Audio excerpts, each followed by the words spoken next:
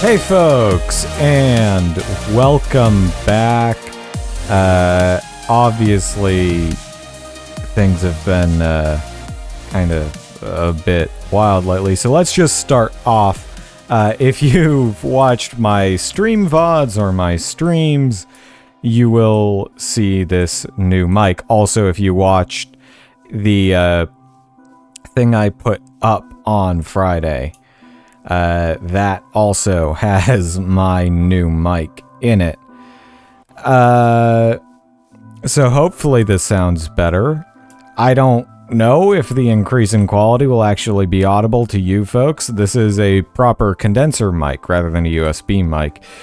It took all sorts of faff to get working with the USB ports because this computer does not have any USB controller resources, apparently. Que sera, sera, as they say. Obviously, it has been quite a while since I played this game, or this world anyway. You know, played vanilla Minecraft. But yeah, I've sort of embraced that these Minecraft videos are basically my update, or channel and life update videos now, so it's sort of like, excuse me, I really should go get antacids, but I don't want to deal with it.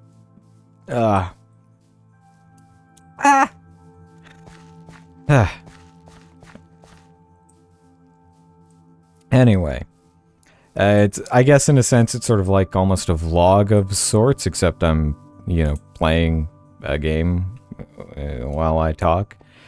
But yeah, the irony there is that this is also sort of what these videos were originally kind of ish, I guess, meant to be. Not specifically update, but just like I play this game and I talk about chill stuff rather than I focus entirely on playing the game. Yeah, doing hardcore kind of a questionable choice with regards to that intent, but I mean, hey, who cares, right? I mean, I care, but whatever. Yeah, so I am trying as I talk to just sort of remind myself of what I had to do, which I probably should have done before I started recording, but whatever.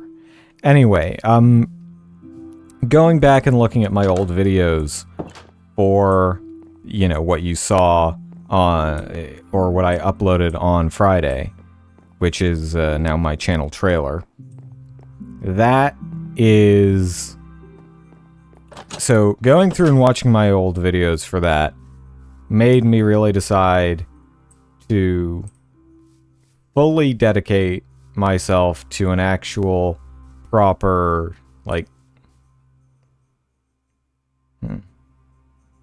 yeah, I still like that.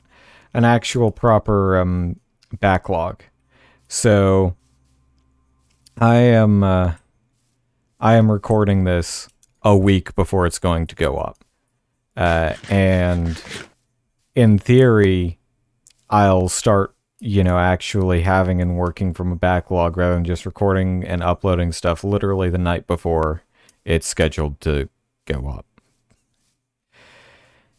And hopefully that'll allow me to sort of group together all of my recording and group together all of my editing. Sort of. Maybe, maybe not. But, you know, that should just streamline things more. But, of course, that also means the bigger gap there. I think, I don't know. I'm trying to do better at this, and I'm trying to be more professional with it. And the other thing is looking back at that and thinking, wow, how did I build up a 4-month backlog while I was still in high school? Like, granted, I was doing only 1 to 3 videos a week rather than, well, aiming for 7, some of which are streams. Yeah. So another thing, speaking of streams, you may have been wondering where Throwback Thursday went. That's been sort of on hold for a while. Because I keep forgetting to upload the VOD of my last Sanctum stream. Part of that is deliberately not wanting to because I did a stupid. And, like, most of the big part, where I had multiple people on to get the multiplayer achievements, is just my face and there's no gameplay. So it just feels stupid of me, really. But, you know, I can't let that get in my way. Or, well, I can, and I am, right? But I shouldn't let that get in my way. But even with that said, obviously I'm not still streaming Sanctum. I'm not still streaming any Throwback Thursday stuff. And it's not done for good. It's I want to do my Throwback Thursdays, whether streamed or recorded, I don't really care, with 4 players. And I have not been able to find 4 people willing to play Sanctum 2. Because that is specifically the next thing, and that is specifically why I want to be able to do it with 4 players. Because I don't have, well, I want to make it a 100% run. But there are some levels that I have not been able to beat with 5 feats of strength that you basically just need 4 players on to beat with 5 feats of strength. I don't necessarily know how I feel about that. You know, I love a lot of the design mechanics and game mechanic and design changes in Sanctum 2 compared to Sanctum 1. I think it's a vastly better game, but that is one of the areas where I feel like they kind of dropped the ball. And I don't really know. I mean, yeah. Again, right? I don't want to be in a situation like, because here's the other thing, right? I have put many, many more hours into Sanctum 2 than I have into the original Sanctum. And with those many more hours, I was not able to beat some of the levels with 5 feats of strength solo. Even where it was just me, like, continuously trying over and over and over again for hours upon hours at a time, like I did with Facility, right? Just practicing it over and over and over. I think I logged a total of about 80 or so hours just on Facility alone between the streams and practice. And I've got probably about as much on some of the levels in Sanctum that I've struggled with. And it's not the sort of thing where, because that's the other thing, right? Sanctum is much more of a tower defense game than an FPS. Sanctum 2 is much more of an FPS than a tower defense game. What that inherently means is that the skill ceiling and skill floor are both higher in Sanctum 2. Your ability as a player has a larger effect in Sanctum 2 than it does in the original Sanctum. Because, you know, in the original Sanctum, yeah, on Insane, you do basically just need to be far more active. Because the game rewards you for being more active. And for being, you know, more FPS-y. But you still need to, you know, have particular tower setups and whatnot. And in Sanctum 2, first off, you can't sort of compensate for your lack of ability by just upgrade maxing your weapons, because you can't upgrade your weapons. So how well you do at the FPS component in any particular wave is dependent entirely upon your skill and your weapon choice.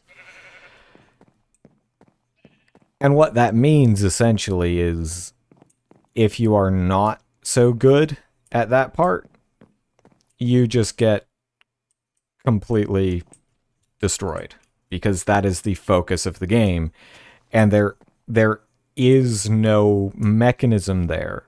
Like there's the perks, but if you are not good, if you're playing on 5 feats of strength, one of the things that means is that if you're playing single player, you are effectively forced to run with a particular perk that actually allows you to respawn in 5 feats of strength with the hardcore feat of strength, the one that normally keeps you from respawning. So, yeah, unless you have other people there to cover for you when you die, you are forced to run with that. And that might not sound so bad, except when you consider that means you are essentially forcing yourself out of a viable perk slot elsewhere. Like, you could be using it, you could have a perk combo, perk weapon combo, whatever, that is incredibly overpowered and very good, but it requires all 3 of those perk slots. And so you have to bank on never dying, which, yeah, you can do, but it's hard, especially if you're a very aggressive player like I am. I like to just stand in there. I main Hagen when I play Sanctum 2. I just stand there with my shotgun, spiked armor, chainsaw, well, buzzsaw, technically, circle saw, whatever, and just, go full doom on the looms. But that doesn't work in hardcore, or with the hardcore feat of strength, because it means that you kinda can't afford to die. And, like, you can't... I mean, I guess I could play with a completely useless perk to practice it. But even then, like, even the most seemingly completely useless perk, you'd still get some marginal usage out of it, in a sense. Like, it's... because all of the perks are good, don't get me wrong. And especially if you are doing the more frontline brawler, distraction, tactical drawing attacks type stuff that I tend to do, that is very much a situation where having the Phoenix perk is a huge help. The issue being, right, it can't be the only thing you do. Like, just like in an RPG party, right? A tank alone does not make a very good party. Even if everything is geared towards it being, a one-player type deal, that player playing as a tank, like, not going to get very far. And I know it's not, like, at all a one-to-one type situation. I get that. But really, more what I'm trying to get at here is that my play style in all FPS games, honestly, but especially in Sanctum, where there is that option of not having anyone to back you up, my play style is so incredibly dependent on having someone there to back me up. And when I don't, I really struggle, because I start having to play outside of my normal skill set. And the same goes for, like, if you're thinking, well, just play Samo the sniper, or Saigon. I mean, the issue there is that they're both relatively long-range characters, which means they kind of can't do any of that tactical drawing fire, which you very much need to do when the enemies are faster and tougher and regenerate health, meaning you have to keep them under the towers for as long as you physically can, so that they are dealing as much damage to them as physically possible.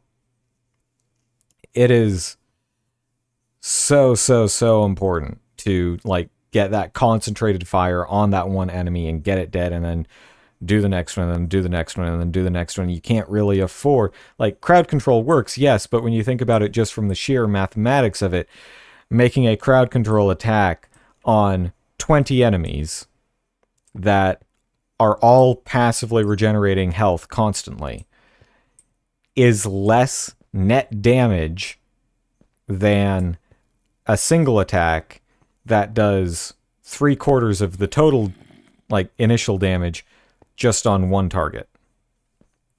The only exception to that is where the crowd control is killing everything very quickly before it can regenerate. Because again, right, the amount of health regeneration is, set for each target. So when you have the same amount of damage spread over multiple targets, it gets basically nullified by the regeneration. And the longer they are staying at full health before they get focused and killed, the less that regeneration actually matters. So, yeah, 5 Feats of Strength Sanctum is a very, very, very tactical game. And it is something that really just comes down eventually to group tactics. Like, you've got the 5 characters. You've got Sky, Sweet, Saigen, Hagen, and Sumo. And each of them fills a very distinct role. Saigen is sort of the hybrid, in a sense. Like, able to... Or, I guess, rather than hybrid, I think skirmisher is really a better term. Obviously, you can only have 4 people, but whatever. So you have to pick and choose from among the 5. But Saigen is the skirmisher. Faster movement speed, powerful single-shot weapons, or, well, her primary that you can eventually switch off of is a powerful single shot. I believe it is last shot in each magazine deals extra damage. So the idea is essentially you go in, you use powerful weapons that do not have many shots. So you run in, you airstrike essentially, like you just deal a ton of damage in a very short period of time, and then you run off while you reload. That works super well in conjunction with other people, right?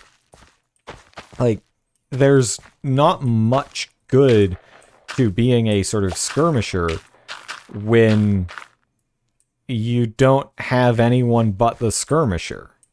And likewise, right, again, going back to Hagen, right, he is a tank, the frontline point man. And that's great if you have people capable of cleaning up after he clumps everything together. And then, that sort of brings you right to Sweet, who is the AoE girl. And that obviously has a lot of great synergy with Hagen just standing there, aggroing everything, getting everything clumped together. And so then you throw in a few rockets or grenades or what have you, and boom, everything is dead now. Which, again, it's a really, really effective combo.